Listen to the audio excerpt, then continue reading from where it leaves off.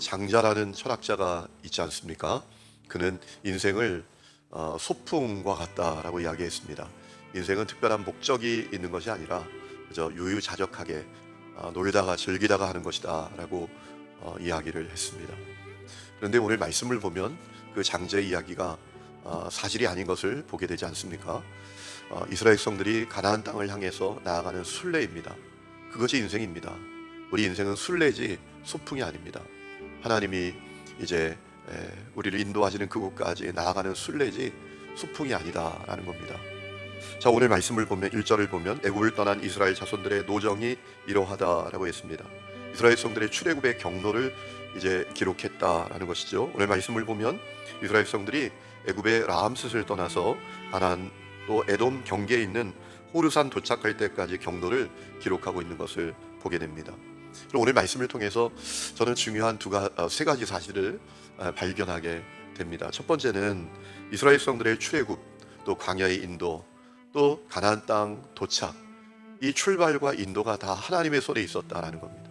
하나님이 계획하시고 하나님이 인도하신 것이었다라는 것입니다. 여러분 2절에 보면 이런 말씀이 있죠. 모세가 여호와의 명령대로 그들이 행진한 노정을 기록했다라고 했습니다. 자, 하나님의 명령대로 그들이 행진한 노정, 이렇게 생각할 수 있지 않습니까? 하나님께서 인도하신 그 노정을 기록하고 회상하도록 하셨다라는 겁니다. 왜 기록하라고 하셨습니까? 하나님의 인도하심, 또 하나님의 도우심을 회상하고 기록하라라고 한 것이죠. 여러분 중요한 사실을 우리가 발견할 수 있지 않겠습니까? 이 순례를 시작하는 분은 하나님이시고 이 순례를 인도하신 분도 하나님이시다라는 겁니다. 우리가 이 사실을 오늘 말씀을 통해서 발견하게 됩니다. 여러분 우리 인생 순례도 똑같습니다. 우리 인생 순례는 내가 시작한 게 아닙니다. 하나님이 시작하신 것입니다. 우리 인생 순례 인도하시는 것도 내가 인도해 가는 것이 아니라 하나님이 인도해 가시는 것입니다. 그러므로 우리가 우리의 길을 하나님께 맡겨야 합니다. 여러분 하나님이 시작하시고 그분이 인도하신다면 그 순례를 가장 잘 갈 수 있는 방법은 시작하신 분, 인도하시는 분에게 맡기는 것 아니겠습니까? 시편 37장을 보면 시편 기자는 그렇게 우리에게 말하죠. 너의 길을 여호와께 맡기라. 그러면 저가 이루신다라고 하셨어요. 여러분 우리 인생을 시작하신 분, 또 인도하시는 분은 주님이시다라는 사실을 기억하시기를 축복합니다. 때로는 힘들 때가 있어요. 때로는 막막할 때가 있습니다. 때로는 두려울 때도 있습니다. 그때 우리가 허둥대지 말아야 합니다. 왜? 내가 시작한 게 아닙니다. 주님이 시작하신 것입니다. 엊그젠가요? 제 아내가 이렇게 신방을 가는데 저에게 물어요. 당신은 하나님이 다시 한번 인생을 주시면 그 인생을 어떻게 살겠냐? 라고 하더라고요. 제가 목회는 안 할 거야 그랬어요. 목회는 안 한다. 왜 목회를 안 하냐? 그래서 사람에게 시달리는 게 너무 힘들어. 목회는 좋은데 이 사람에게 시달리는 게 너무 어려워. 나 목회는 안 하고 내가 좀 생각한 게 있어. 때가 되면 얘기해 줄게 라고 얘기를 한 적이 있습니다. 때로는 답답하고 힘들 때도 있지요. 그런데 제가 드리고 싶은 말씀은 그럼에도 불구하고 하는 이유가 뭡니까? 저를 목회의 순례로 부르신 분은 주님이시고 인도하시는 분도 주님이시기 때문입니다. 여러분 그 삶이 여러분의 삶이라는 사실을 믿으시기를 축원합니다. 시작하신 분, 인도하시는 분은 주님이십니다. 그러므로 우리가 할 일은 꼭 하나입니다. 하나님께 맡기는 겁니다. 그래서 이 새벽에 나와서 기도하는 것 아니겠습니까? 기도가 뭡니까? 맡기는 거잖아요. 기도를 고상하게 거창하게 여러모로 얘기할 수 있지만 여러분 한마디로 말하면 기도는 맡기는 겁니다. 그거 아닙니까? 하나님 나는 못합니다. 하나님 맡깁니다. 이게 기도잖아요. 두 번째 오늘 말씀을 통해서 주시는 메시지는 많은 곳에 진을 쳤지만 그곳이 목적지가 아니었다라는 것입니다. 오늘 우리가 읽은 말씀을 보면 이스라엘 성들이 머물렀던 총 35곳 정도의 지명이 소개되고 있습니다. 중요한 것은 그곳이 목적지가 아니었다라는 것입니다. 그들의 목적지는 가나안이었습니다. 그러므로 그들이 머물렀던 곳에 마음 둘 필요가 없었습니다. 여러분 이스라엘 성들이 머물렀던 곳이 어떤 곳은 참 고통스러운 곳입니다. 마라는 물을 만났는데 쓴물 아닙니까? 엘림은 오아시스가 있습니다. 종려나무 70그루가 있습니다. 이 70이라는 숫자가 성경에서 보통 숫자가 아니잖아요. 7은 완전이거든요. 거기 0이 붙었으니 정말 너무너무 아름다운 곳이었다라고 생각해 볼 수가 있는 것이죠. 여러분 홍해가 가로막힌 곳에 있을 때도 있었어요. 얼마나 답답했겠습니까? 애태웠겠습니까? 여러분 중요한 것은 그들이 그곳에 마음 둘 필요가 없었어요. 때로는 답답하다고 마음 쓸 필요도 없고, 때로는 야 여기 있으면 좋겠다, 우리가 살다 보면 그럴 때가 있지 않습니까? 야 이때가 멈췄으면 좋겠다, 이 시간이 멈춰버렸으면 좋겠다, 그런 마음이 들 때도 있지 않습니까? 그런데 거기가 우리가 마음 둘 곳이 아니다라는 겁니다.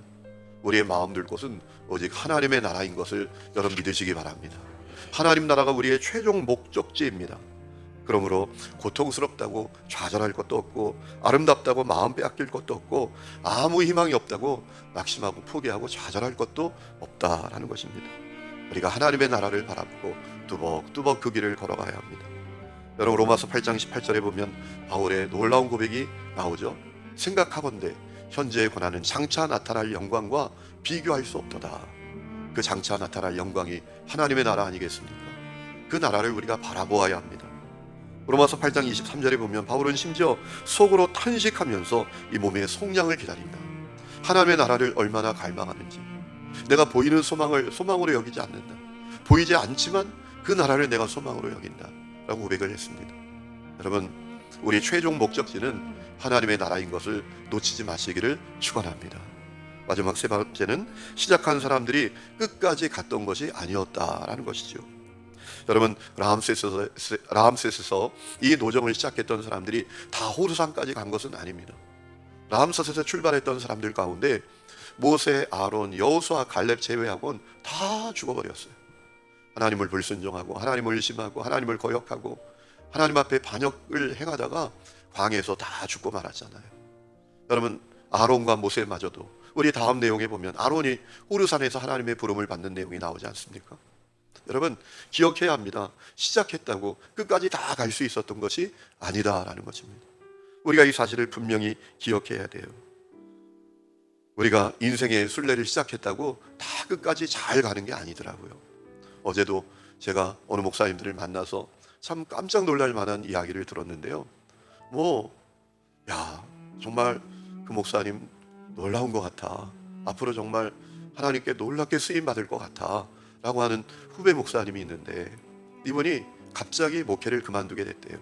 스스로 퇴회했대요. 이것은 제 입으로 말씀드리기 어려운 죄입니다. 그 죄 때문에. 아니, 그렇게 무너지는 거야? 그렇게 끝나는 거야? 그래서 스스로 퇴회했대요. 나는 아무리 생각해도 난 목사의 자격이 없다.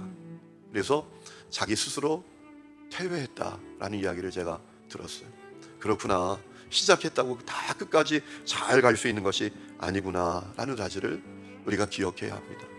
여러분, 그런 의미에서 바울이 했던 고백 가운데 너무나 부러운 고백이 있지 않습니까? 디모데후서 4장 7절에 보면 나는 선한 싸움을 싸우고 나의 달려갈 길을 마치고 믿음을 지켰으니 라는 고백이에요. 달려갈 길을 다 마쳤다. 이 고백이 저와 여러분의 고백이 될 수 있기를 축원합니다. 람셋에서 똑같이 출발했지만 여러분, 마치지 못했던 사람이 있습니다. 하나님 그들을 향하여 세우신 계획이 얼마나 놀라운 계획이었습니까? 젖과 꿀이 흐르는 그 아름다운 땅, 그곳에서 하나님의 언약을 이루어가는 하나님의 백성이 될 수 있는 놀라운 계획이 있었지만 그 계획의 실현을 보지 못하고 포기하고 낙오하고 참으로 완주하지 못하는 사람들이 있었어요. 여러분, 오늘 우리도 까딱하면 그렇게 될 수 있습니다. 여러분, 그러므로 오늘도 겸손과 순종으로 주님을 바라보면서 이 신앙의 순례의 길, 우리 가나안 땅 갈 때까지 잘 가시는 성도들이 될 수 있기를 주의 이름으로 축원합니다.